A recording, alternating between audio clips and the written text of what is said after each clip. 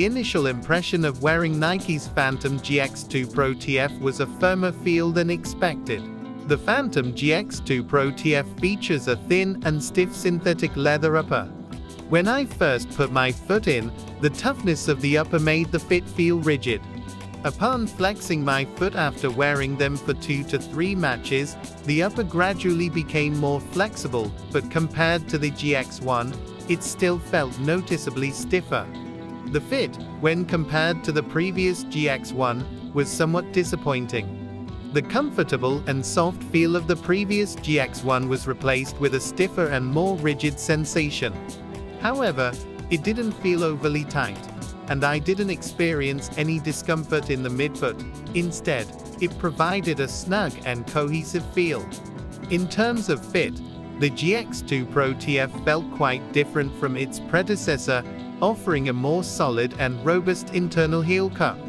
Some cushioning was added to the heel, providing a decent level of comfort and support, without causing any heel pain.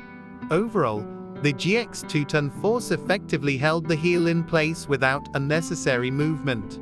The ankle and instep areas featured a stretchy flick-knit material, which made it easy to put on and take off the turf shoes.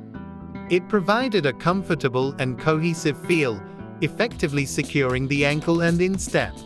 The GX2 Pro TF incorporated Nike's React midsole, but the cushioning sensation was not as pronounced as in Nike's running shoes.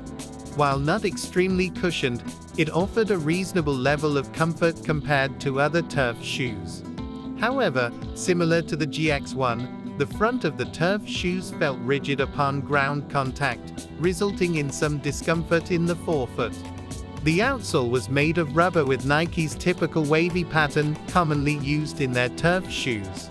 Testing on both regular and short-length artificial grass fields showed a satisfactory level of traction. However, on regular length artificial grass, occasional slipping occurred during quick directional changes or planting the foot. Wearing the GX2 Pro TF and kicking the ball gave a somewhat firm sensation due to the thin and stiff upper.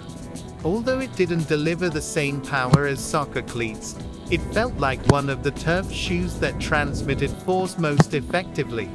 While the upper had a textured surface, it was barely noticeable, and there were no significant advantages in shooting. Passing and receiving the ball revealed that the thin upper didn't absorb shock well, causing the ball to bounce off. This required more concentration when receiving the ball. Dribbling felt light and allowed for quick movements, but the pebbly and stiff upper didn't contribute much to delicate ball control. The reviewer, with a foot length of 268 mm, width of 100 mm, and a usual shoe size of US 9, tried the size US 9.5 for the GX2 Pro TF. The length had a bit of room, and the width of the forefoot was normal. From the perspective of someone with an average forefoot width, it was thought that the size US 9 would also fit comfortably. Compared to the GX1, the GX2 Pro TF felt slightly longer, and the internal space of the turf shoes seemed a bit wider. This review provides first-hand insights from the allthatboots reviewer. Please consider these findings when making an informed decision on your turf shoes purchase.